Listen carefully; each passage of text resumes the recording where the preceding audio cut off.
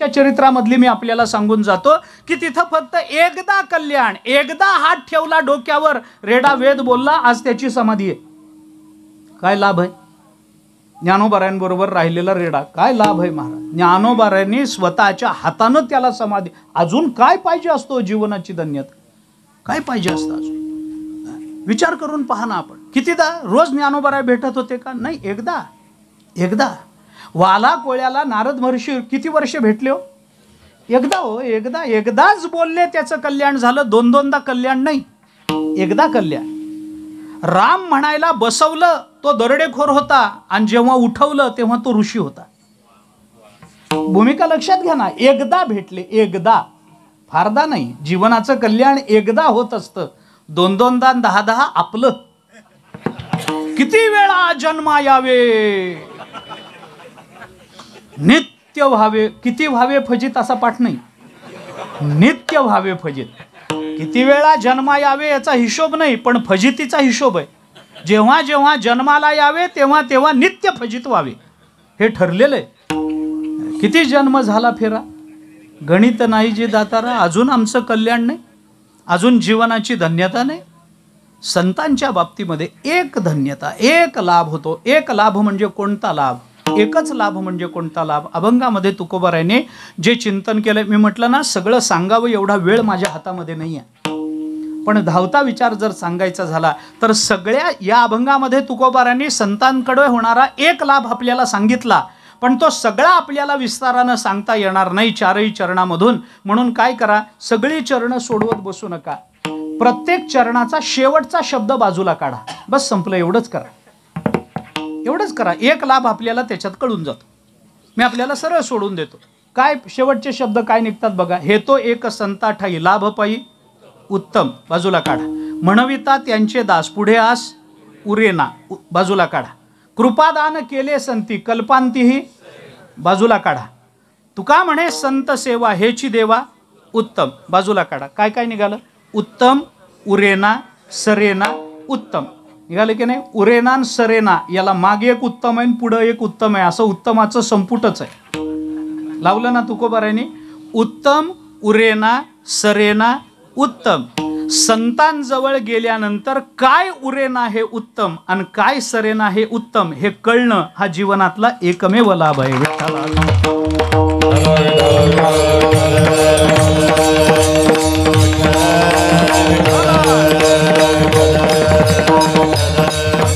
त्याचं कारण सांगतो थोडंसं, त्याचं कारण सांगतो. माणसाचं जीवन असं गमतीचं आहे महाराज. माणसाच्या जीवनात सगळं उरत नाही, सगळं सरत नाही, है ना.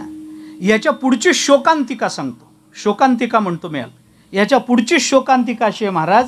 माणसाला जे उरावं वाटतं ते नेमकं सरत जातं, आणि जे सरावं वाटतं ते नेमकं उरून बसतं. आहे का नाही? अनुभव आहेत का नाही जीवनामध्ये? काय विस्तार करून किती उदाहरणं देऊ मी आपल्याला. आम्हाला जे उरावं वाटतं ते सरत जातं. उदाहरण सांगायचं झालं तर आयुष्य उरावं वाटतं का सरावं वाटतं?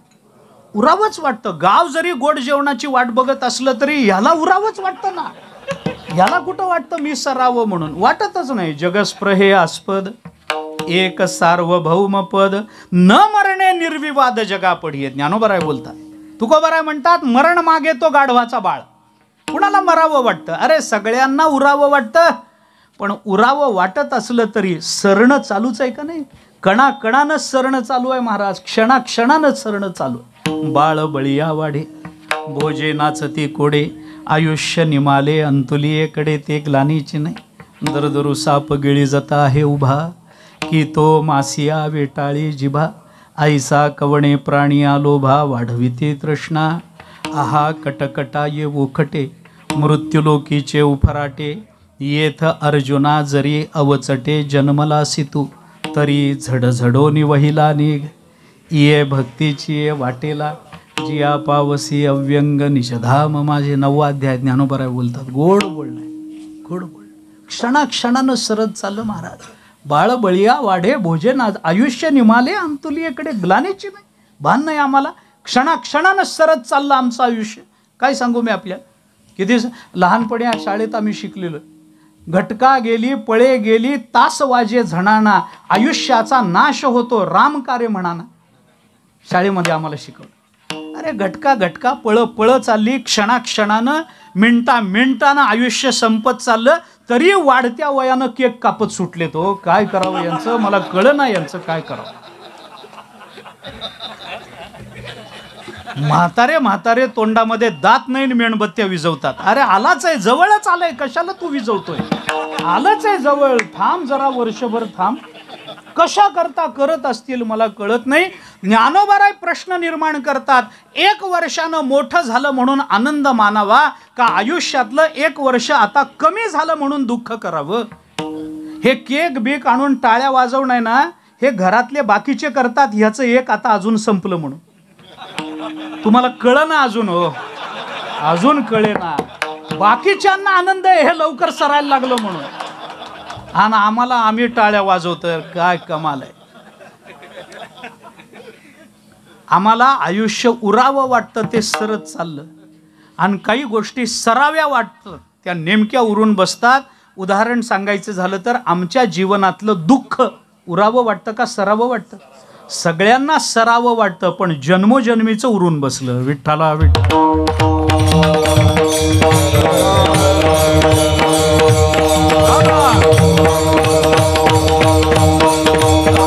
म्हणून आमच्या जीवनामध्ये उरेना आणि सरेना याचं गणित आम्हाला बदलता येत नाही, पण काय उरेना हे उत्तम आणि काय सरेना हे उत्तम याचा विचार तरी आम्हाला करता येतो की नाही. तो त्या विचाराचा लाभ संतांजवळ होतो. एवढा एकमेव विचार जरी आम्हाला कळाला ना, आमचं जीवन धन्य आहे. तुका म्हणे एका मरणेची सरे, तुका म्हणे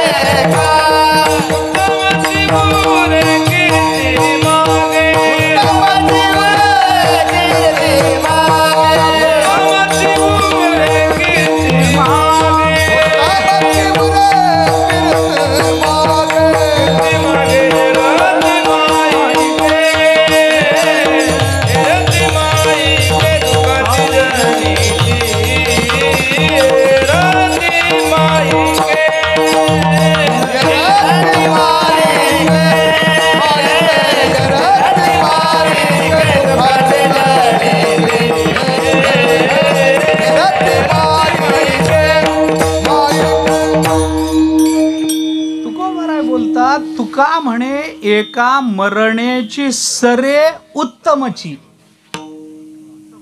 ऐका, तुका म्हणे एका मरणेची सरे उत्तमची, उत्तमची उरे कीर्ती मागे. उत्तम शब्द दोन्हीकडे लावायचा. याला देहली दीपन न्याय म्हणतात शास्त्राच्या न्यायाच्या परिभाषेत. देहली दीपन न्याय, दोन्हीकडे एका शब्दाचा विनियोग झाला की त्याला देहली. देहली म्हणजे उंबरठा, घराचा उंबरठा, खोलीचा उंबरठा, त्याला देहली. दीप म्हणजे दिवा. 2 खोल्याच्या घरामध्ये जर दिवे गेले तर शहाणी आई, शहाणी म्हणजे आई शहाणीच असते. ती काय करते, दिवा नाही आहे घरामध्ये, एकच दिवा आहे, मग ती काय करते, दिवा पेटवते, बरोबर उंबरठ्यावर ठेवते, म्हणजे याही खोलीत प्रकाश देतो, याही खोलीत प्रकाश देतो. तसं एकच शब्द दोन्हीकडे अर्थ देणारा असेल तर त्याला देहली दीपन न्याय असं म्हणतात. असा त्याचा अर्थ. तर देह उत्तमची, तुका म्हणे एका मरणेची सरे उत्तमची. माणसाचं मरण सरावं, उत्तम सरावं महाराज. उगे कुठंतरी जाता जाता गाडीनं उडवलं आणि गाडीच्या खाली आलं, हे काही खरं मरण नाही. याला काही मरण म्हणत नाहीत. काहीतरी आलं, कोणीतरी पोटात चाकूच खुपसला, कोणीतरी गाडी खालीच गेला, कोणाला तरी गाडीनंच उडवलं, अमकंच झालं तमकं, हे काही हॉस्पिटलमध्ये नळ्या लावून मेला, हे काही खरं मरण नाही. उत्तम, बस उत्तम, माणसाचं मरण उत्तम असावं. पंढरपूरला गेला, पांडुरंगाच्या चरणावर डोकं ठेवलं आणि पुन्हा उठलाच नाही, उत्तम मरण, उत्तम उत्तम मरण. आळंदीला गेला, माऊलींच्या समाधीसमोर साष्टांग नमस्कार घातला आणि उठलाच नाही, उत्तम मरण. हातामध्ये गाथा आहे, हातामध्ये ज्ञानेश्वरी आहे आणि वाचता वाचता मान पडली, उत्तम मरण. ह्याच्यापेक्षा काय मरण चांगलं असू शकतं सांगा ना. स्वतः ज्ञानोबारायांनी रेड्याच्या देहाला स्वतःच्या हाताने जमिनीमध्ये ठेवलं महाराज. याच्यापेक्षा अजून काय जीवनाची कृतार्थता असेल सांगा ना. ज्ञानोबारायांनी समाधी दिली हो रेड्याला. आज अजून वारी भरते, अजून वारी भरते. फाल्गुनात जातो ना आपण, रेड्याच्या आळ्याला जातो ना, रेड्याच्या वारीला जातो ना, कीर्तन करतो रेड्यासमोर, रेड्याच्या समोर कीर्तन असतं. त्या तिथं त्याला रेडा म्हणायचं नाही, रेडे महाराज. हो, महाराज रेडा होणं वेगळं आणि रेडा महाराज होणं वेगळं. फरक आहे ना महाराज, असं काय कर, फरक आहे ना या दोन्ही मध्ये.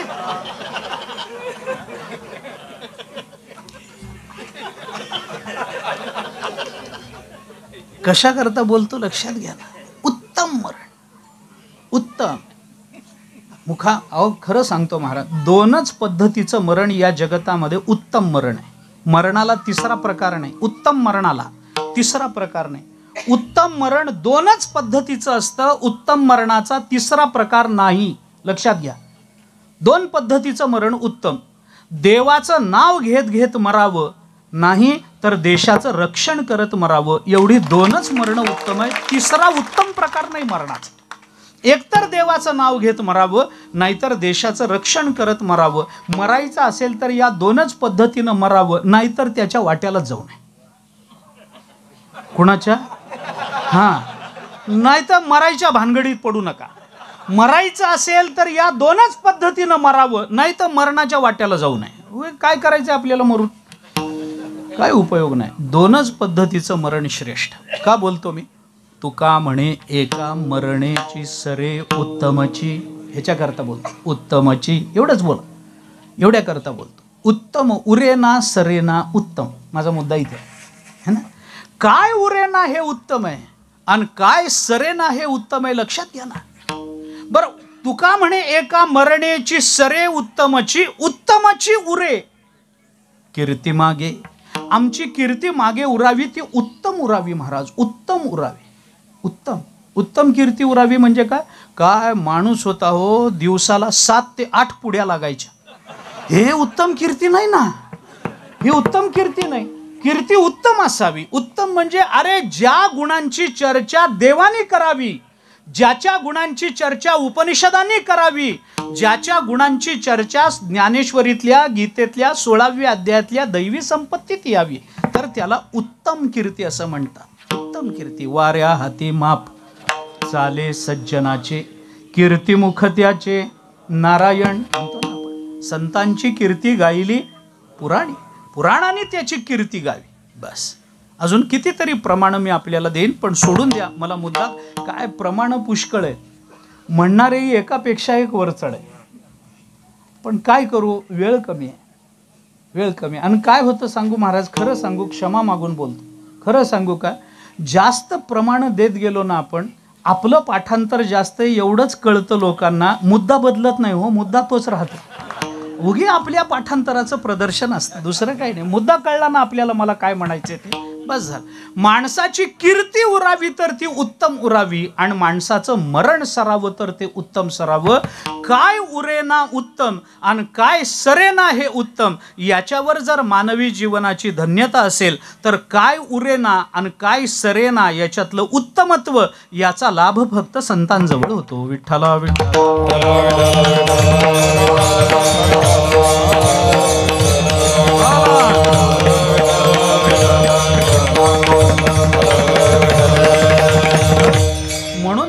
आपल्याला एक लाभ सांगतात. संतांजवळ गेला तर तुम्हाला एक उत्तम लाभ होईल. एक लाभ होईल म्हणजे एक असणारा जो परमात्मा, त्याचा लाभ होईल. आणि एक लाभ होईल म्हणजे जीवनाची धन्यता ज्या एका विचाराने होते, त्या विचाराचा आपल्याला लाभ होईल. आणि हे होईल कुठं? हे एक संतांजवळच होईल. अन्यत्र कुठं तुम्हाला याची प्राप्ती होणार नाही. संतांजवळ आपल्याला लाभ होतो हे तुकोबाराय बोलून दाखवतात. त्यामुळं संतांकडे देवासमोर उभं राहून देवाकडे संतांची संगती मागणारे तुकाराम महाराज, संत संगती देई चरण सेवा, जेणे हा तुझा विसरण पडावा, हाची भाव माझिया जीवा, पुरवी देवा मनोरथ, हे बोलून दाखवतात. आपल्या अंतःकरणातला मनोरथ, आपली इच्छा तुकोबाराय व्यक्त करतात. संतांची संगती मानवी जीवनाला सर्वोत्कृष्ट लाभ प्रदान करते हे तुकोबाराय बोलले. परंतु या बोलण्यावर लोकांनी आक्षेप घेतला. ऐका, अभंग सरळ अर्थाने सोडवावा लागेल. सरळ सांगतो, तुकोबाराय आपल्याला या संतांच्या संगतीत लाभाचा विचार सांगतात. पण या सगळ्या विचारावर येणाऱ्या ज्या शंका आहेत त्या शंकांचं निरसन करणारी खालची 3 चरण आहेत. तेवढा विचार फक्त सांगतो. तुकोबारायांनी जगाला सांगितलं संतांजवळ जा बाबा, तिथं उत्तम पद्धतीचा लाभ आपल्याला प्राप्त होतो. लोकांनी तुकोबारायांना विचारलं, तुकोबाराय संतांजवळ उत्तम लाभ होतो, आम्हाला मान्य आहे, परंतु आमची एक अडचण आहे. काय अडचण आहे? ते म्हणाले, तुम्ही म्हणता तसं संतांजवळ उत्तम लाभ होतो, होतही असेल, परंतु संत हे साधन आहेत आणि लाभ करून घेणं हे साध्य जर असेल तर आमची अडचण साधनेची आहे. साधनेवर आक्षेप येतो. साधन काय आहे? संतांजवळ जा, संत या साधनाने उत्तम लाभ प्राप्त करून घेणं, हे जर उत्तम लाभ साध्य असेल तर संतांजवळ जाणं हे साधन झालं. आणि आमची अडचण तिथं आहे. म्हणजे काय अडचण आहे? त्याने सांगितलं, आम्हाला सांगा, संतांजवळ जाऊन उत्तम लाभ होतो मान्य आहे, पण संत काय असे चौका चौकात बसलेत काय? या उत्तम लाभ करून घ्या. ज्ञानोबाराय भेटणं सोपं आहे काय? तुकोबाराय भेटणं सोपं आहे का? 42 दिवसाचा उपवास करावा लागला. कुणाला? निळोबारायांना. कशा करता? तुकोबाराय भेटावेत म्हणून. किती दिवस? 42 दिवसाचा उपवास. आम्हाला एक एकादशी जड चालली. काय तुझा जीव जातो एकादशी, फराळाच्या मिशे धणी घेशी, हे आम्हाला एक एकादशी जड आहे. आणि ते उपाशी राहून नाही, तिन्ही त्रिकाळ खाऊन. एकादशीचा नियम आहे, दशमीला सकाळी जेवायचं, संध्याकाळी उपवास. एकादशी पूर्ण उपवास. द्वादशीला सकाळी आपल्या पारणा सोडायची, पुन्हा दिवसभर उपवास. आमचं असं होतं, उद्या एकादशी म्हणून दशमीला जे सकाळपासून सुरू होतं, उद्या एकादशी, दशमीचा दिवसभर खाता. एकादशी उद्या, आज एकादशी, आज तर काही चालत नाही, दिवसभर चरता. आणि पुन्हा द्वादशी उद्या, कालची एकादशी, काही नव्हतं पोटामध्ये, दिवसभर खाऊन पुन्हा खाता. आमच्या मराठवाड्यामध्ये म्हण आहे महाराज, गाढवासारखं चर पण एकादशी कर. आम्ही 42 दिवसाचा उपवास केला, तेव्हा तुकोबारायांचं दर्शन झालं. महाराज, सोपी गोष्ट आहे का सांगा? ज्ञानोबारायांचं दर्शन व्हायला नाथ महाराजांना सुद्धा अवतार घ्यावा लागला. 150 वर्षानंतर आहे. सोपं नाही. संत काय असे चौका चौकात बसलेत का, की संत म्हणतात या ना आमचा लाभ करून घ्या म्हणून? तुम्ही संतांजवळ लाभ सांगता, गोष्ट खरी आहे, पण ज्या संतांना तुम्ही लाभाचं साधन बनवता त्या संतांच्या या साधनेवर, त्या संतांवर आमचा आक्षेप आहे. संत जगतामध्ये सुलभ नाहीत, फार अवघड. दुर्लभम त्रयमेवैत देवानुग्रह हेतुकम मनुष्यत्वम मुमुक्षुत्वम महापुरुष संश्रय. जगद्गुरु शंकराचार्य विवेक चूडामणीमध्ये बोलतात, बहु अवघड आहे संत भेटी केले, परिजगती करुणा केली. बहु अवघड आहे संत भेटी, परिजगती करुणा केली, परिजगती करुणा केली.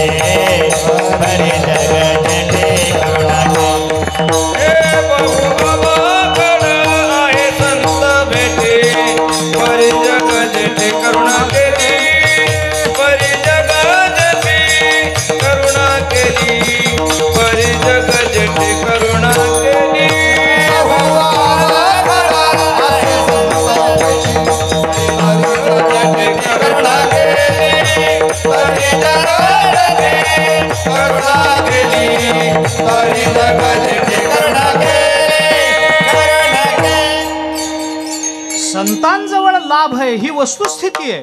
तुकोबारायांचा तो अनुभव आहे, सकल संतांचा तो अनुभव आहे.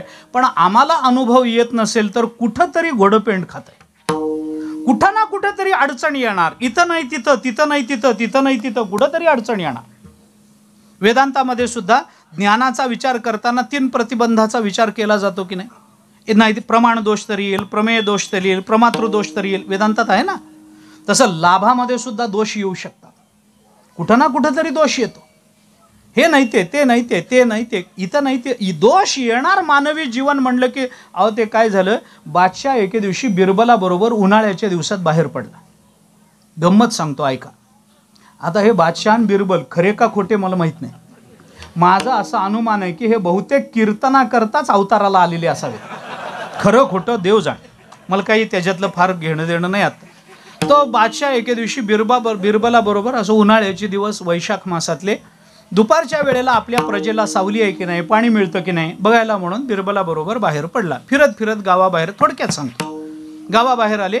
गावाबाहेर भर उन्हाळ्यामध्ये उन्हाच्या वेळेला एक कुत्र हातभर जीभ बाहेर काढून बसलो. त्याला ती धाप लागते ना कुत्र्याला, अशी जीभ त्याची बाहेर येत. ते हातभर जीभ काढून ते कुत्रं असं धाप देत होतं. त्याला लाळ येत नाही, ती जीभ बाहेर काढून बसावं. ते बादशाहाने ते बघितलं आणि बादशाहाने बिरबलाला विचारलं, बिरबल कुत्र्याला जीभ असते? तो म्हणलं हा, त्याच्यात काय विचारायचं, असते. बादशाह म्हणाला मग मला एक सांग, माणसाला जीभ आहे तर माणूस बोलतो, कुत्र्याला जीभ आहे, कुत्रं का बोलत नाही? बिरबल म्हणला तर मी काय सांगू, देवाने व्यवस्था केली नाही तशी त्याची, म्हणून नाही बोलत. तो म्हणला असलं तसलं उत्तर द्यायचं नाही, नीट सांग. मग बिरबलाच्या लक्षात आलं हे सरळ मार्गानं मिटणारं प्रकरण नाही, याला बरोबर आपल्याला हाताळावं लागेल. मग बिरबल म्हणाला महाराज तुमचं म्हणणं बरोबर, माणसाला जीभ आहे तर माणूस बोलतो, कुत्र्याला जीभ आहे, कुत्रं का बोलत नाही? तुमचं म्हणणं शंका बरोबर आहे. मग बादशाह म्हणाला या कुत्र्याला बोलतं कर. बिरबल म्हणाला ठीक आहे, तुम्ही म्हणता तसं, ज्या अर्थी मग बोलतं कर, बोलव त्याला. बिरबल म्हणाला हे पा, मी काही ज्ञानोबा राही नाही, ते काही रेडा नाही, मी डोक्यावर हात ठेवलं आणि ते बोलायला लागेल, असं होणार नाही, त्याला वेळ लागेल. बादशाह म्हणाला घे ना वेळ, तू वेळ घे, किती वेळ पाहिजे तुला? बिरबलाने सगळे आकडेमोड केले. तो म्हणला हे कुत्र जर बोलायचं असेल तर कमीत कमी 20 वर्ष लागतील. किती? 20 वर्ष लागतील. बादशाह म्हणाला ठीक आहे, मंजूर.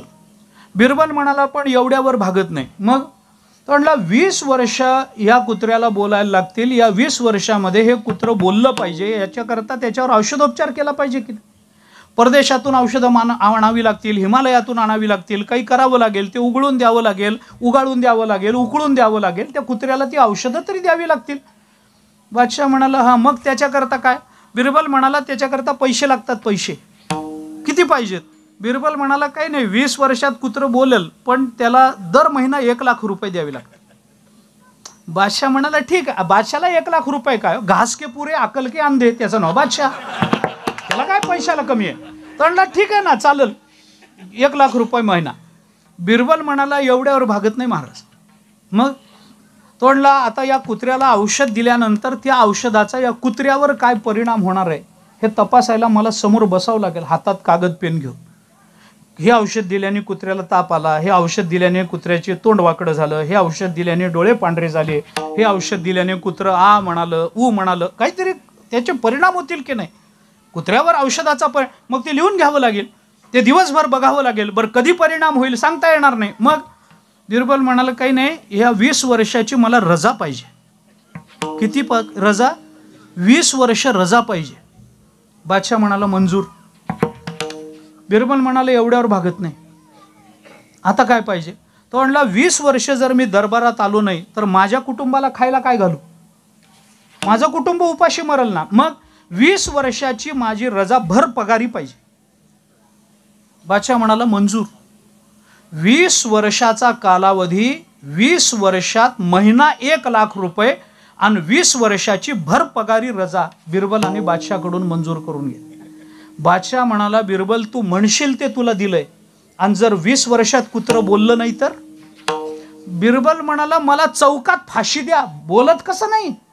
तुम्ही एवढ्या सुविधा दिल्या आहेत म्हणल्यावर कुत्रं बोलत कसं नाही? बोललंच पाहिजे, नाही बोललं तर चौकात जाहीर फाशी लिहून देतो तुम्हाला बॉन्ड पेपरवर. बॉन्ड पेपरवर बिरबलांनी सही करून लिहून दिलं, सही शिक्के असं, 20 वर्षात कुत्रं बोललं नाही तर मला जाहीर फाशी देण्यात यावी. गावभर बातमी झाली. बिरबल काय नाही, त्याने एक महिना लाख रुपये आणायचे, कुत्र्यासमोर चतकोर अर्धी भाकरी टाकली नाही, मंत्री होता ना शेवटी, काही झालं तर.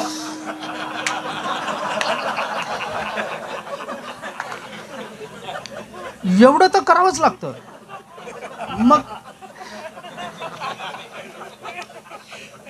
लाख रुपये घरी आणून ठेवायचे, त्याच्यातली चतकोर अर्धी भाकरी कुत्र्याला टाकली नाही टाकली, चालायचंच.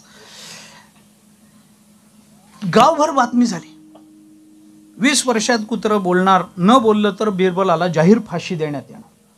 बिरबलाचा एक जवळचा मित्र हे ऐकलं, त्याने धावत बिरबलाकडे आला आणि तोंडला, रे तुला आम्ही शहाणं समजत होतो, काय वेड्यासारखं. तोंडला, काय अरे लिहून कशाला दिलं. तोंडला, काय होतं त्याला लिहून द्यायला, लिहून दिलं. तोंडला, अरे असं कसं, शहाणा माणूस आहेस तू, आजपर्यंत तुझी विद्वान म्हणून कीर्ती आहे गावामध्ये आपल्या, या एका कारणामुळे तुझी अपकीर्ती होईल, लोक तुला मूर्ख समजायला लागतील, काय वेड्यासारखा वागतोस, तुला माहिती आहे ना कुत्रं बोलत नाही ते. तो म्हणला, बोलत नाही हे माहिती आहे, अरे मग लिहून कशाला दिलं. तो म्हणला, बघू की 20 वर्षानंतर काहीतरी सुचल त्या वेळेला बघू. तो म्हणला, अरे तू शहाणा मनुष्य, शहाण्या माणसाला उद्याचं संकट आज दिसत असतं, आणि तू काही वेड्यासारखं लिहून दिलंस बॉन्ड पेपरवर, नाही जाहीर फाशी चौकामध्ये देण्यात यावी म्हणून, कशा करता असं केलं. बिरबलाने मित्राला सांगितलं, बघ तू माझा जवळचा मित्र आहेस म्हणून तुला सांगतो, कुठं बोलू नको, तुम्ही बोलू नका, कुठं बोलू नको, तुला म्हणून सांगतो. तो म्हणला, काय. तो म्हणला, आहे पा 20 वर्षाचा कालावधी आहे, बहुतेक 20 वर्षात बादशहाच मरल. बादशाह मेला आपल्याला कोण विचारायला येत नाही. समजा 20 वर्षात बादशाह मेला नाही तर मी तरी मरल, कारण मलाही 70 वर्ष झालीत आता पूर्ण, राहिलेत किती माझे, झालंय जवळ संपत आलंय. आणि 20 वर्षात जर मी मेलो नाही, बादशाही मेला नाही, तो कुत्रा तरी मेल्याशिवाय राहत नाही, कारण कुत्र्याचं आयुष्यच 20 वर्षाचं आहे. मग ते कुत्र मेलं की बादशाला सांगायचं, महाराज बोलायलाच आलं होतं, बोलणारच होतं, तेवढ्यात मरून गेलं. मग आता पुन्हा नवीन कुत्र, नवीन 20 वर्ष, आपल्याला काय फरक पडतो. कुठं ना कुठं तरी अडचण आल्याशिवाय आपलं जीवन चालतच नाही महाराज. इथं तरी येईल, तिथं तरी येईल, नाही तर तिथं तरी येईल. तुकोबाराय जेव्हा संतांच्या चरणाजवळ आपल्या जीवनातला सर्वोत्कृष्ट लाभ सांगतात, त्यावेळेला लोकांना ऐकल्याबरोबर हीच शंका आहे, साधनेवर शंका आहे. कुठली शंका. दुर्लभत्व नावाची शंका आली. दुर्लभत्व, कारण संत भेटणं दुर्लभ आहे महाराज. ऐसे कैसे आने भेटती जे साधू. सोपय का. त्याला उत्तर द्यावं लागलं तुकोबारायांना नाथ महाराजांच्या प्रश्नाला. ऐसे ऐसे आने भेटती जे साधू. ऐसे कैसे आने. नाथ महाराजांनी दुर्लभत्व सांगितलं, तुकोबारायांनी त्याचे उपाय सांगितले. लोकांनी सांगितलं, तुकोबाराय तुम्ही सांगता त्या साधनेवर दुर्लभत्व नावाचा दोष येतो, आणि तुम्ही काय सांगता संतांजवळ जाऊन लाभ करून घ्या. अरे संत काय असे चौकात बसलेत का. संत काय असे वर पडलेत का कुठं. ज्ञानोबाराय तुकोबाराय भेटणं हे अरे तुम्हाला आम्हाला जाऊ द्या, देवाला तरी सोपं आहे का हो ज्ञानोबाराय तुकोबाराय भेटणं. एक वाक्य बोलतो, क्षमा मागून बोलतो, महाराज समोर आहेत, तुम्हाला पटलं नाही पटलं पण विचार करून बघा. मी खरं सांगतो तुम्हाला, अहो ज्ञानोबाराय तुकोबाराय सारखे भक्त भेटायला देवालाही नशीब असावं लागतं तर भेटतात, नाही तर भेटत नाही. कुणाचं सांगतो, पांडुरंगाचं सांगतो, त्यांनाही देव संत सुलभ नाहीत. मी बोलत नाही, भगवंताची भाषा आहे, भगवान बोलतात. बहुनाम जन्मना म्हणते ज्ञानवान माम प्रपद्यते वासुदेव सर्वमिती स महात्मा सुदुर्लभा. असा महात्मा, अत्यंत तो महात्मा धनुर्धरा दुर्लभू असे. ज्ञानोबाराय बोलतात भगवन मुखात. सोपं नाही ना. दुर्लभत्व नावाचा दोष येतो, कसा लाभ होणार. तुकोबाराय म्हणाले तुमची शंका मान्य आहे, मग दोष काढून दिल्याशी कारण आहे ना, काढून देतो. काय अडचण काय. संतांजवळ लाभ आहे मान्य आहे, पण संत दुर्लभ आहेत ही अडचण आहे ना. मग एक काम करा, संतांजवळ जाऊ नका. दुर्लभ आहेत ना, भेटत नाहीत ना आपल्याला. कोण पुण्य कोणा गाठी, कोण पुण्य यांचा होईन सेवक. अडचण येते ना, जाऊ नका ना त्यांच्या भेटीला, तेवढं पुण्य नाही ना, नका जाऊ त्यांच्या भेटीला. अहो भेटीला नाही गेलो तर लाभ होणार नाही, लाभ तोच राहील.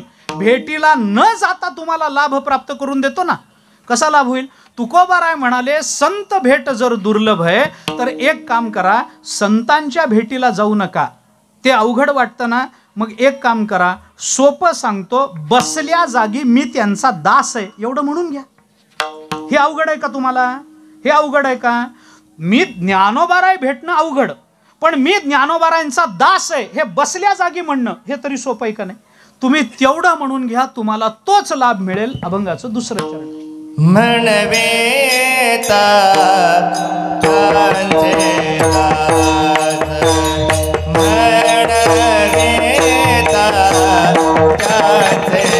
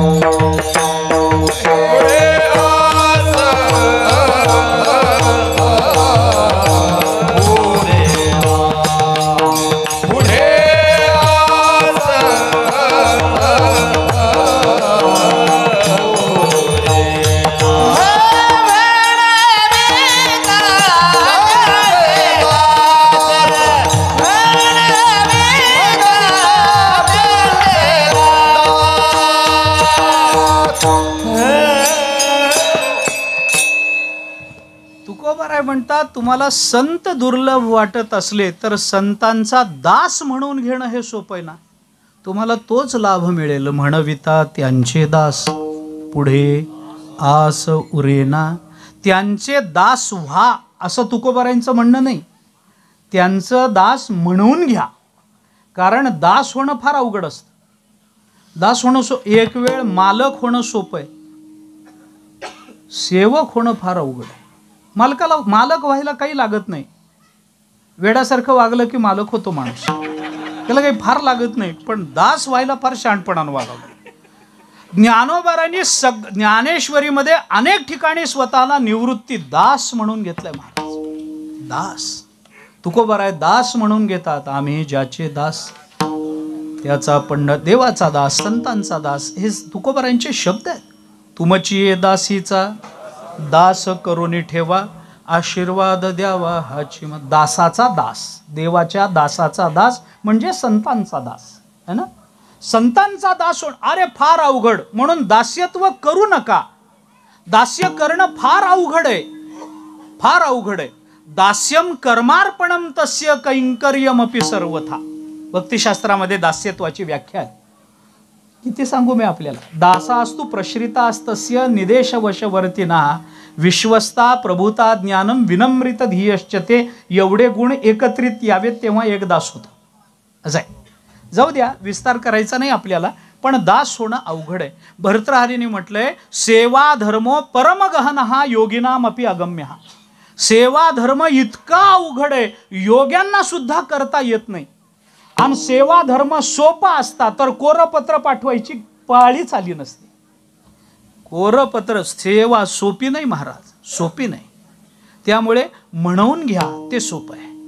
रामायणामध्ये, वाल्मिकी रामायण, रामचंद्र प्रभूंनी लक्ष्मणाला उपदेश करताना दासाचे 3 प्रकार सांगितले, सेवकाचे 3 प्रकार सांगितले. उत्तम सेवक, मध्यम सेवक आणि अधम सेवक असे 3 प्रकार सांगितले. 3 प्रकार. आपल्या संतांनी त्याच्या वर एक वाढवला आणि खाली एक वाढवला. उत्तमोत्तम सेवक, उत्तम सेवक, मध्यम सेवक, अधम सेवक आणि अधमाधम सेवक. आता याचा विस्तार करू तर रात्र जाईल. सोपं सांगतो थोडक्यात एकेका वाक्यात. मालकाने काम सांगितल्यावर ते न करता मालकालाच काम सांगणारा अधमाधम. मालकाने काम सांगितल्यावर न ऐकता अर्धवट काम करणारा अधम, मालकाने सांगितलं तेवढंच काम करून येणारा मध्यम, मालकाने काम सांगितल्यानंतर त्या कामाच्या अनुषंगानं इतरही कामं करून येणारा उत्तम, आणि कोणतंही काम न सांगता सगळी कामं करणारा उत्तमोत्तम. विठ्ठला विठ्ठला.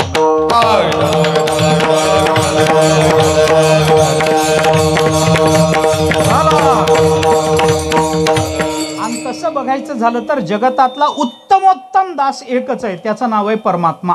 न सांगता करी सगळी कामं न सांगता करतो, त्याच्यासारखा उत्तमोत्तम दास नाही. बाकी मालकाने सांगितलं तेवढंच. एका मालकाने आपल्या नोकराला 2 10च्या नोटा दिल्या आणि त्याला सांगितलं 10 रुपयाची कोथिंबीर आणि 10 रुपयाची मेथी घेऊन ये, आज बाजारचा दिवस आहे. हा सकाळी बाहेर पडला, संध्याकाळी रिकाम्या हातानं घरी आला. मालकाने त्याला विचारलं बाजारात गेला नाही? म्हटलं गेलो. बाजार भरला नव्हता? भरला होता. कोथिंबीर होती, मेथी होती, मग का नाही आणली? तो म्हणला तुम्ही 10च्या 2 नोटा दिल्या, कोणत्या 10ची कोथिंबीर आणि कोणत्या 10ची मेथी हे कुठं सांगितलं मला? मालक म्हणाला अरे काय माणूस आहेस का? त्याला काय देवानी बुद्धी वगैरे दिली नाही का? कुठली 10ची नोट खर्च केली असती कशा करता तरी काय बिघडलं असतं? कशा करता स्वतःचं डोकं चालवायचं, पुढचं बघायचं, काय फरक पडला असता? तो म्हणला बरं तसं करतो. 2-4 दिवसांनी मालक आजारी पडले. त्यांनी नोकराला सांगितलं जा रे जरा डॉक्टरला बोलून आण. सकाळी गेला, संध्याकाळी परत आला. येताना गावातल्या लोकांना निरोपच देऊन आला. मालक बघतो अजून कसा आला नाही, वरून बघतो तर अंगणामध्ये ही गर्दी जमलेली.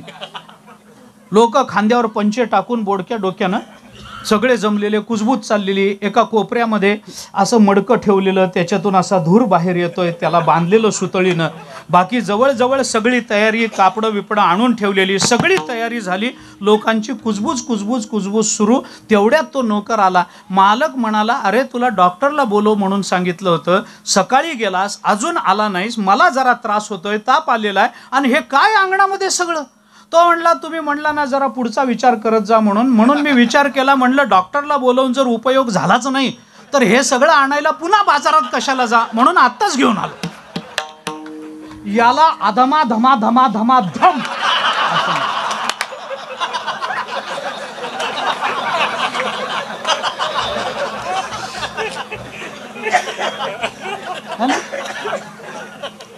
सेवा करणं सोपं नाही हो महाराज. मालकाचा मनोदय ओळखावा लागतो. मालकाचा शब्द ओळखणं त्याला सेवक म्हणत नाहीत. मालकाचा शब्द ओळखणं याला सेवक म्हणत नाहीत. मालकाचा मनोदय ओळखणं याला सेवक म्हणतात. लक्षात ठेवा. हो, मारुतीराय रामचंद्र प्रभूंचा मनोदय ओळखत होते. मनोदय रामचंद्र प्रभूंनी सांगितल्यावर तर कोणी करल हो. नवल काय त्याच्यामध्ये? नवल काय? मालकाचा मनोगत मालकाचं मनोगत अंतरंग विचार जाणता आला पाहिजे तर त्याला सेवक म्हणतात. असो, विस्तार करत नाही मी त्याचा. म्हणून तुकोबाराय म्हणतात तुम्ही सेवक होण्याच्या भानगडीत पडू नका, म्हणून घ्या नुसतं. म्हणविता त्यांचे दास पुढे आसुरेना. लोकांना पटलं. लोक म्हणाले हा मार्ग सोपा आहे. हे सोपं झालं. दुर्लभत्व दोष आम्ही साधनेवर ठेवला होता, तो गेला. पण अजून एक दोष आहे. म्हणे आता कशावर दोष आहे? त्या लोकांनी सांगितलं आता लाभावरच दोष आहे. म्हणे लाभावर काय दोष आहे? लोकांनी सांगितलं तुकोबाराय आमच्या जीवनामध्ये आत्तापर्यंत जे लाभ आम्हाला झाले ते लाभ टिकले नाहीत, त्यामुळे लाभावर नश्वरत्व नावाचा दोष येतो. साधनेवर जसा दुर्लभत्व नावाचा दोष येतो तसा लाभावर नश्वरत्व नावाचा दोष येतो. कुठला लाभ टिकला मला सांगा ना. अहो, हा मनुष्य देह आपल्याला प्राप्त झाला, लाभ आहे की नाही? हा नरदेह दुर्लभ जाणारे तुम्ही वासुदेव, लाभ आहे ना हो. मनुष्य देहाचा लाभ झाला आपल्याला, हा लाभ टिकतो का? कधी ना कधीतरी मनुष्य देह जाईल की नाही. 1 लाख रुपये आपल्याला मिळाले, लाभ वाटतो की नाही? वाटतो. किती दिवस टिकतील लाख रुपये? 2 महिने, 2 दिवस. अधिकारी जास्त मोठा असला तर अर्ध्या तासात संपवल. जरा जपून जगणारा असेल तर काहीतरी करून ठेवेल, FD करेल, त्याचे बँकेत गुंतवेल, काहीतरी करेल. पण 2 वर्ष, 10 वर्ष, 50 वर्ष मेल्यानंतर पोरं तरी त्याच्या वाटण्या करून घेऊन वाटोळं करतीलच का नाही? होईल. संपला की नाही लाभ? कोणता लाभ असा आहे आमच्या जीवनामध्ये की जो टिकला? तुकोबाराय तुम्ही आम्हाला संतांच्या चरणाजवळचा लाभ सांगता, पण हा लाभ सुद्धा नश्वर नसेल कशावरून? तुकोबारायांनी सांगितलं, बाबा तसं समजू नका, तुम्ही संतांजवळ गेल्यानंतर जो लाभ प्राप्त होतो ना, त्याची तुलना प्रापंचिक लाभाबरोबर करता येत नाही. कारण या लाभाचं वैशिष्ट्य असं आहे, हा लाभ म्हणजे कृपादान केले संती कल्पांतीही सरेना, न सरणारा लाभ आहे. संत कृपादान करतात, कृपादान केले संती कल्पांती. अरे कल्प कल्प गेले तरी हा लाभ संपत नाही. मला सांगा ना, ज्ञानोबारायांनी रेड्याला समाधी दिली, हा रेड्याला झालेला लाभ कधी संपणार आहे सांगा? ही वारी कधी बंद होणार आहे सांगा? रेड्याची वारी कधी बंद होणार? भिंतीचं दर्शन कधी बंद होणार? सच्चिदानंद बाबाचे उपकार कधी विसरणार? लोक विसरत नाहीत, ते कायम माणसाच्या लक्षात राहणार. कारण का? कृपादान केले संती कल्पांतीही सरेना. संत देतात ते नित्य लाभाची प्राप्ती करून देतात. म्हणून कृपादान असा शब्द वापर. कृपादान. वास्तविक कृपा वेगळी असते आणि दान वेगळं असतं. कृपा आणि दान याच्यात फरक आहे. न मागता होते ती कृपा आणि मागितल्यानंतर मिळतं ते दान, असा फरक. न मागता होते ती, ज्ञानोबारायांनी आपल्या गुरूंच्या चरणाजवळ मागितलं म्हणून त्याला दान म्हणतात. आता विश्वात्मके देवे येणे वाग्यज्ञे तोषावे, तोषोनी मज द्यावे. मागितलं ना म्हणून त्याला पसाय दान असं म्हणतात. मागितल्यानंतर मिळतं ते दान, पण न मागता होते ती कृपा. रेडा काही म्हणायला गेला नव्हता माझ्या डोक्यावर हात ठेवा, पण तरी सुद्धा हात ठेवला. होता कृपा तुमची पशु बोले वेद, निर्जीव चाले भिंत, महिमा अगाध. निळोबाराय ज्ञानोबारायांच्या आरतीमध्ये होता कृपा तुमची. कृपा न मागता होते ती कृपा, न मागता होते ती कृपा. मागितल्या नंतर मिळतं ते दान, आणि अनुदान ह्याच्यापेक्षा वेगळं असतं. हा, ते फार वेगळं. काय सांगू आता त्याच्याबद्दल तुम्हाला? कृपा वेगळी, दान वेगळं, आणि अनुदान त्याच्यापेक्षा वेगळं. न मागता होते ती कृपा, मागितल्यानंतर मिळतं ते दान, आणि घेणाऱ्याला आणि देणाऱ्याला दोघालाही लाज नसते. त्याचं नाव आहे शाबास. त्याला म्हणतात अनुदान.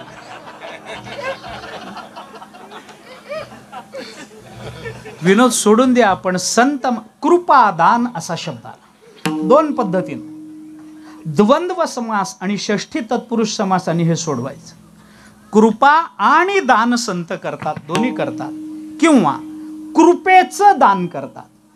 न मागता जगाला देण्याच्या वृत्तीचं दान जरी संतांकडे मागितलं तर ती कृपा करण्याची वृत्ती देखील दानामध्ये देण्याची संतांची इच्छा असते. म्हणून कल्पांतीही सरेना.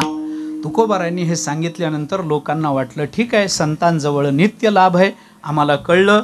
लाभ प्राप्त करून घेण्याकरता संत भेट दुर्लभ आहे म्हणविता त्यांचे दास सोपं केलं. त्यांनी सांगितलं, आता एक अडचण राहिली तुकोबाराय अजून. का? कारण एकच चरण राहिलं म्हणून एक अडचण राहिली. काय अडचण आहे? यांनी विचारलं, तुकोबाराय, संतांकडे गेल्यानंतर नित्यत्वाचा लाभ प्राप्त होतो किंवा संतांचा दास म्हणून घेतल्याने नित्यत्वाचा लाभ प्राप्त होतो, पटलं आम्हाला. पण अडचण ही आहे की संत जेव्हा लाभ करून देतात तेव्हा अधिकाराचा विचार करत असतील की नाही? कारण का? त्यांचे शब्द आहेत, अधिकार तैसा दावियला मार्ग, किंवा अधिकार तैसा करू उपदेश, आहे ना. जसा ज्याचा अधिकार असेल तेवढं त्याला देणं भाग आहे ना. नाहीतर मुंगीवरी घालू गजाचे पालन, काय उपयोगाचं आहे त्याला? काय उपयोगाचं आहे मला सांगा? ज्याचा जेवढा अधिकार असतो तेवढंच त्याला दिलं पाहिजे. नाही त्या लोकांना जास्त देणं म्हणजे, आपल्या मराठीत एक म्हण आहे, माकडाच्या हातात कोलीत. कोलीत म्हणजे कळतं ना, मशाल. कोलीत काय म्हणतात? टेंब. हा, टेंब. ते माकडाच्या हातात दिल्यानंतर माकड गावची लंका करायचं नाही का? गाव जाळून टाकेल की नाही? कारण का? अनाधिकार्याला दिलं गेलं ना महाराज. अनाधिकार्याला, ज्याला त्याची जाणीवच नाही, ज्याला त्याचं महत्वच कळत नाही, त्याला देऊन उपयोग काय? म्हणून महाभारताने असं म्हटलंय की अनाधिकारी व्यक्तीला गुरु जर तत्वमसी महावाक्याचा उपदेश करत असले ना, तर ते त्याला नरकात ढकलून देत आहेत असं समजा. कारण तो अनाधिकारी. अनाधिकार्याला नाही द्यायचं. मग संत देताना अधिकारी बघून देतील की नाही? अधिकार तैसा दावियला मार्ग तुमचंच वचन आहे ना. मग आम्ही तर जीव आहोत, मग आम्ही गेल्यानंतर आम्हाला लाभ देतात. आम्ही काय जीव किती असतो? ममैव अंशो जीवलोके. जीव हा अंश रूप आहे. त्यामुळे आम्ही जर देवाकडे गेलो तर आम्हाला अंश स्वरूपाचा लाभ होईल. आणि परमात्मा अंशी आहे, त्यामुळे तो जर संतांकडे गेला तर त्याला व्यापक अंशी लाभ मिळेल. म्हणजे देव आणि जीव यांच्यामध्ये संत भेद करतात असं अर्थ होईल. आणि तुम्ही तर असं म्हणता, तुका म्हणे त्यांचा जीव तोची देव, वैकुंठ ते ठाव वसती, वैकुंठ तो ठाव वसती ते म्हणता ना तुम्ही. मग जीवाला कमी लाभ आणि देवाला मात्र मोठा लाभ असा जर तुम्ही करून देत असाल, संत करून देत असतील, तर आम्हाला आयुष्यभर अंशरूपच लाभ मिळेल. तुकाराम महाराज म्हणाले तसं नाही. संतांची सेवा जीवानी केली तर जीवाला जसा उत्तम लाभ होतो, तसा देव जरी संतांची सेवा करायला गेला तर संत महात्मे देवालाही तोच उत्तम लाभ प्राप्त करून देतील. अभंगाचं शेवटचं तुका म्हणे संत सेवा, तुका म्हणे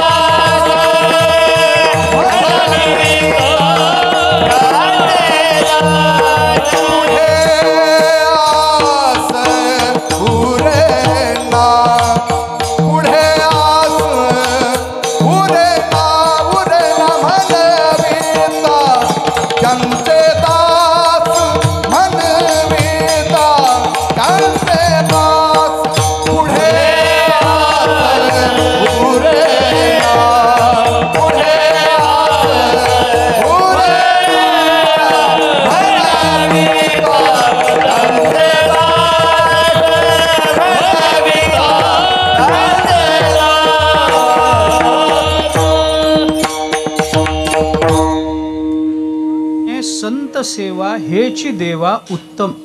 अभंगाचा थोडा चरणाचा अन्वय बदलून बोलतो. संतांची केलेली सेवा देवालाही उत्तम आहे हा सरळ अर्थ आहे. पण देवानी जरी संत सेवा केली तरी देवालाही उत्तमच लाभ आहे, आणि जीवानी जरी संत सेवा केली तरी जीवालाही उत्तमच लाभ आहे. संत महात्मे आपपर भाव करत नाहीत. अनुभवामृत काढा. दुसरं प्रकरण ज्ञानोबाराय सद्गुरूंबद्दल बोलताना बोलतात, कैवल्य कनकाची दाना, जो न कडसी थोर साना, दृष्ट्याची दर्शना पाढाऊ जो. ज्ञानोबाराय बोलतात, जो न कडसी थोर साना. अरे त्यांना आपपर भाव नाही, जयाने घातली मुक्तीची गवादी मेळविली मांदी वैष्णवाची. काय ज्ञानोबाराय कुणाला नाही म्हणतात महाराज. समर्थ दाता कोणा ते नास्ती न म्हणे, ज्ञानोबारायांची भाषा आहे. श्रवणे पाठे अर्थे गीता नेदी मोक्षारवते, जैसा समर्थ दाता कोणा ते नास्ती न म्हणे, ज्ञानोबारायांची भूमिका. अशी अनेक प्रमाणं सोडून द्या. तुकोबाराय मी थोडा अन्वय बदलून लावतो म्हणून, तुका म्हणे संत सेवा हेची देवा उत्तम. देवा संत सेवा हेची उत्तम. देवाला सुद्धा ही संत सेवा उत्तमच आहे आणि जीवालाही ही संत सेवा उत्तमच लाभ देते. म्हणून दोन्ही बाजूला उत्तम शब्द लावला. तुम्ही आम्ही जर संतांकडे गेलो तर हे तो एक संता ठाई लाभ पायी, उत्तम. आणि देव जर संतांकडे गेला तर तुका म्हणे संत सेवा हेची देवा उत्तम. दोन्हीकडे उत्तम लाभ प्राप्त होतो. हा उत्तम लाभ काय आहे, या उत्तम शब्दाबद्दल 1-2 मिनिटाचं विवरण मला आपल्यासमोर करायचं आहे. तेवढा विचार सांगतो. एकदा अंतःकरणपूर्वक संप्रदायाच्या नियमाप्रमाणे आपण भजन करू. 2 मिनिटात पुढे आपला थोडासा उत्तम शब्दाच्या अनुषंगानं थोडासा विचार बोलतो. सेवा संपवतो. विठोबा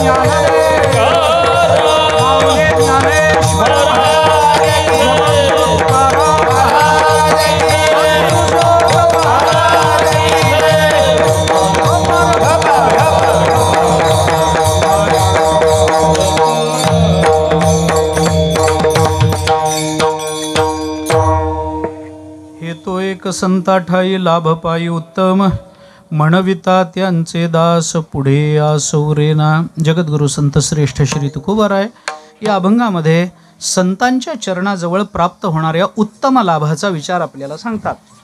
आणि हा जो लाभ आहे हा संत महात्मे आपल्याला फक्त त्यांचा दास म्हणून घेतलं तरी करून देतात. त्यांच्या जवळ जाणं जरी आपल्याला शक्य नसलं तरी त्यांचं दास्यत्व स्वीकारणं हे शक्य होतं. आणि संत जो लाभ करून देतात तो नित्यत्वाचा असतो आणि आपपर भाव न ठेवता करून दिलेला तो लाभ असतो, असं तुकोबाराय प्रस्तुत अभंगामध्ये आपल्याला सांगतात. आणि या अभंगामध्ये तुकाराम महाराजांनी उत्तम शब्द 2दा वापरला. त्या संबंधातला थोडासा 1-2 मिनिटाचा विचार मला आपल्यासमोर ठेवायचा आहे. उत्तम शब्दाचा अर्थ काय करायचा. उत्तम शब्द भिन्न भिन्न अर्थाने वापरला जातो. उद्गतः तमहा किंवा उत्तम पुरुष म्हणून जो गीतेमध्ये आला तत्संबंधानं काही विचार आपल्याला करता येईल. तो सगळा विचार न करता अगदी सोपं बोलायचं झालं तर लाभ जो सांगितला त्याला उत्तम विशेषण जे दिलं त्या विशेषणावरून थोडं सोपं असं सांगतो. लाभ 3 प्रकारचे असतात. एक बरा लाभ असतो, एक चांगला लाभ असतो आणि एक उत्तम लाभ असतो. या 3 लाभामध्ये फरक काय. अगदी सामान्य उदाहरण, अगदी सहज सरळ बोलतो आपल्याशी. ऐका, अगदी साधं. एका माणसाला 1000 रुपयाची गरज होती. आपल्या मित्राकडे गेला आणि मित्राला त्यांनी सांगितलं मला 1000 रुपयाची नितांत आवश्यकता आहे, माझी बायको दवाखान्यात आहे, काही कर, मला 1000 रुपये दे, महिन्याचा शेवटचा आठवडा चालू आहे, माझ्याजवळ तेवढे पैसे नाहीत. हे सांगितल्यानंतर मित्राने त्याला सांगितलं बाबा महिन्याचा शेवटचा आठवडा काय तुझाच आहे का, आमचा नाही का, आमचाही शेवटचाच आठवडा चालू आहे, माझ्याजवळही पैसे नाहीत, मी काही तुला 1000 रुपये देऊ शकत नाही, पण माझ्याजवळ काही कारणाने 200 रुपये साठवून ठेवलेले होते, तेवढे तुला देतो, अजून 4 जणांजवळून 200 गोळा कर आणि 1000 रुपये पूर्ण करून तुझं काय काम करायचंय ते करून घे. मागितले किती होते 1000, मिळाले किती 200. तो म्हणाला बरं झालं बाबा तू घरी भेटलास, मी अजून 4 जणांजवळून 200 घेईन, पण काही ना काहीतरी मला मिळालं ना, माझं काम होईल आता. याला म्हणतात बरा लाभ. दुसरं उदाहरण सांगतो. हे उदाहरण हेच. चांगला लाभ म्हणजे काय. माणसाला 1000 रुपयाची गरज होती, मित्राकडे गेला, मित्राला सांगितलं मला 1000 रुपयाची नितांत गरज आहे, बायको दवाखान्यात आहे, काही कर, एवढे दे. मित्र म्हणाला माझ्याजवळही तेवढे पैसे नाहीत, पण काही माझ्या महत्त्वाच्या कामाकरता मी 1000 रुपये बाजूला काढून ठेवले होते, पण माझ्यापेक्षा तुझं काम जास्त महत्त्वाचं आहे, तुला निकट जास्त आहे, तुझी बायको दवाखान्यात आहे ना, मग माझं काम मी थोडंसं उशिरा करतो, माझ्याकरता जमवलेले 1000 रुपये तुला देतो, पण एक काम कर, पगार झाला की पहिले माझे 1000 परत कर, मलाही काम आहे. मग तो म्हणतो ठीक आहे, 1000 दिलेस ना, चांगलं झालं बाबा, तू घरी भेटलास म्हणून माझं काम भागलं. याला म्हणतात चांगला लाभ. आणि तिसरा लाभ, माणसाला 1000 रुपयाची गरज होती, मित्राकडे गेला, मित्राला सांगितलं 1000 रुपये आवश्यक आहेत. बायको तो म्हणला अरे बस जाशील, चहा घे. तो म्हणला नाही बाबा, चहा पाणी काही सुचत नाही सध्या, गोड लागत नाही, पहिले पैसे दे, मला दवाखान्यात जायचं आहे. तो उठला मित्र, आत घरामध्ये गेला, कपाट उघडलं, कपाटातून 5000 रुपये काढून आणले, त्याच्या हातावर टेकवले आणि सांगितले जा घेऊन. तो म्हणला अरे एवढे नको, मला फक्त 1000 पाहिजेत. तो म्हणला अरे घेऊन जा, आजच सकाळी 10 लाखाचं पहिलं बक्षीस मिळालंय, तू चिंताच करू नको, घेऊन जा. आणि एक लक्षात ठेव, तू किंवा मी जिवंत असेपर्यंत हे 5000 रुपये कधीही परत करायचे नाहीत. याला म्हणतात उत्तम लाभ. मी हे कशा करता सांगितलं ऐका. अपेक्षा होती 1000ची, मिळाले 200, बरा लाभ. अपेक्षा होती 1000ची, मिळाले 1000, चांगला लाभ. आणि अपेक्षा होती 1000ची, मिळाले 5000, उत्तम लाभ. अपेक्षेपेक्षा कमी मिळणं हा बरा लाभ असतो, अपेक्षे इतकं मिळणं हा चांगला लाभ असतो, आणि अपेक्षेपेक्षा कैक पटीनं जास्त मिळणं हा उत्तम लाभ असेल. तर आता अभंगाकडे या. हे तो एक संता ठाई, लाभ पायी बरा. आहे का नाही? हे तो एक संता ठाई, लाभ पायी चांगला नाही, लाभ पायी उत्तम. याचा अर्थ असा की संत महात्म्यांकडे गेल्यानंतर संत महात्मे अपेक्षेपेक्षा कमी कधीही देत नाहीत, अपेक्षे इतकंही देत नाहीत. आपण ज्याची अपेक्षा करून गेलेलो असतो त्याच्या कैक पटीनं जास्त संत महात्मे देतात. या संताचे हे देणे, कल्पतरुहुनी दुणे, परिसा परिस अगाध जेणे, चिंतामणी ठेंगणा. म्हणून ज्ञानोबारांनी 18व्या अध्यायाच्या नमनामध्ये आपल्या सद्गुरूंबद्दल बोलताना शब्द वापरला, जय जय देव श्री गुरो, अकल्पनाख्य कल्पतरो, स्वसंविद्रुम बीजप्ररो हणावनी. अकल्पनाख्य कल्पतरू म्हणजे आम्ही कल्पना करू त्याच्यापेक्षा कैक पटीनं जास्त, आम्ही ज्याची कल्पनाही करू शकणार नाही असं देणारे माझे सद्गुरू कल्पतरू आहेत. आणि कल्पना करण्याच्या आधीच आमचा मनोदय ओळखून आम्हाला परिपूर्ण करणारे आमचे सद्गुरू आहेत. याला म्हणतात संतांचं उत्तम देणं. म्हणून तुकोबाराय म्हणतात, हे तो एक संता ठाई, लाभ पायी उत्तम, म्हणविता त्यांचे दास, पुढे आस उरेना. तुकोबाराय आपल्याला हे सांगतात. आणि हा लाभ संतांजवळ आहे हे आपल्याला कळायचं असेल, संतांच्या सेवेची प्रवृत्ती वाढायची असेल तर त्याच्याकरता एकच उपाय, तो म्हणजे नित्य ज्ञानेश्वरी वाचली पाहिजे, नित्य गाथा वाचला पाहिजे. याच्या पलीकडे जाऊन आपल्या जीवनाचं कल्याण करणारी दुसरी कोणतीही व्यवस्था या पृथ्वीच्या पाठीवर उपलब्ध नाही. आपलं कल्याण होईल तर ते ज्ञानेश्वरीनंच होईल, तुमचं माझं कल्याण होईल तर ते गाथ्याने तुकोबारायांच्या अक्षरानेच आपलं कल्याण होईल, दुसरी कोणतीही व्यवस्था नाही. म्हणून सगळ्यांच्या चरणावर डोकं ठेवून हात जोडून प्रार्थना करतो, विनंती करतो, थोडी ज्ञानेश्वरी रोज वाचत चला, थोडं गाथा वाचत चला, 10-15 ओव्या वाचा, 2-4च अभंग वाचा, पण रोज वाचत चला. महाराज हात जोडतो, तुमच्यासमोर पाया पडतो, कारण याच्याशिवाय आपलं जीवन धन्य करण्याची दुसरी व्यवस्था नाही हो जगाच्या पाठीवर. दिवाळी अंक वाचून आणि कादंबऱ्या वाचून मुक्त झालेला महात्मा ऐकण्यात नाही अद्याप. असं काय करता? हे ज्ञानोबाराय तुकोबारायने तुमच्या माझ्याकरता निर्माण केलेलं वाङ्मय केवढ्या तळमळीनं, केवढ्या प्रेमानं त्यांनी ते आपल्या हातामध्ये दिलंय याची कल्पना तरी आपण करू शकतो ना. म्हणून सगळ्यांना प्रार्थना करतो, थोडा वेळ वाचा, 10च ओव्या वाचा, 5च अभंग वाचा, 2च अभंग वाचा. माझं काही म्हणणं नाही, माणसाच्या जीवनाच्या धन्यतेला फार वेळ द्यावा लागत नाही हो, फक्त 15 मिनटं द्या. 5 मिनटं ज्ञानेश्वरी, 5 मिनटं गाथा आणि 5 मिनटं घरच्या सगळ्यांनी एकत्रित बसून केलेलं रामकृष्ण हरीचं भजन, बस. याच्या पलीकडे जीवनाच्या धन्यतेकरता काही लागत नाही. उरलेले 23 तास 45 मिनटं तुमच्या मालकीचे आहेत. मी फक्त 15 मिनटाचा हिशोब सांगतो. 5 मिनटं ज्ञानेश्वरी वाचा, 5 मिनटं गाथा वाचा. याच्याशिवाय आपली धन्यता कोणीही करू शकणार नाही. काळ्या दगडावरची पांढरी नाही, ऑइल पेंटनी मारलेली पांढरी. मी बॉन्ड पेपरवर लिहून द्यायला तयार आहे तुम्हाला की आपलं कल्याण होईल तर ज्ञानेश्वरी गाथा यानेच होईल, दुसरं कशानेही आपलं कल्याण होणार नाही, हे लक्षात घ्या. म्हणून वारंवार पायावर डोकं ठेवून विनंती करतोय, हात जोडून विनंती करतोय. 10च ओव्या वाचा हो, फार नाही. ज्ञानोबारायांच्या 5च वाचा, फार नाही. सकाळी नाही जमलं दुपारी वाचा, दुपारी नाही जमलं संध्याकाळी वाचा, कामावरून आल्यावर वाचा, शेतावरून आल्यावर वाचा, रात्री वाचा, अंथरुणावर बसून वाचा, जेवण झाल्यावर वाचा, आडवं पडून वाचा, पाय वर करून वाचा, हात वर करून वाचा. तुमच्या पाया पडतो महाराज, ज्ञानेश्वरी वाचा, गाथा वाचा. काय सांगू अजून तुम्हाला, किती सांगू, याच्याशिवाय काही खरं नाही. महाराष्ट्रात जन्माला यायचं आणि तुकोबारायांची अभंग वाचायचे नाहीत, ह्याच्यापेक्षा महाराष्ट्रातच काय कुठंच जन्माला आला नसता तरी परवडलं असतं. कशा करता हे जीवन वाया घालवता. मी पुन्हा पुन्हा विनंती करतो तुम्हाला, थोडा वेळ वाचा, जास्त नाही वाचता. लोक म्हणतात कळत नाही, आणि इथं कुणाला कळली ज्ञानेश्वरी म्हणून? कळत नसतेच, कळत नसलं तरी वाचायचं असतं, हीच तर श्रद्धा असते ना, यालाच तर विश्वास म्हणतात ना. कळल्यावर वाचणारे अनेक आहेत हो, न कळता वाचणारे आपण असावं. वारकऱ्याला कळत नसेल पण तो श्रद्धेने वाचतो, तो प्रेमाने वाचतो, तो विश्वासाने वाचतो. यालाच भक्ती म्हणतात, यालाच श्रद्धा म्हणतात. हेच प्रेम आहे ज्ञानोबाराय तुकोबारायांच्या चरणावर. आम्हाला कळत काहीच नाही. बालकाला आई कळतच नसते तरी झटे दिल्याशिवाय जसा पाना फुटत नाही ना, तसं ज्ञानेश्वरीला झटे देण्याची सवय लावून घ्या. माझी विनंती आहे आपल्याला, प्रार्थना आहे माझी आपल्याला. झटे देत राहा, ती माऊली आहे आमची, ती आई आहे आमची, आम्हाला उघड्यावर टाकणार नाही. नुसतं अरे ज्याला वाचता येत नाही, ज्याला अक्षर ओळख नाही ना, त्यांनी सुद्धा ज्ञानेश्वरी वाचली पाहिजे. ज्याला वाचताच येत नाही त्यांनी सुद्धा कशी वाचायची मी सांगतो ना तुम्हाला.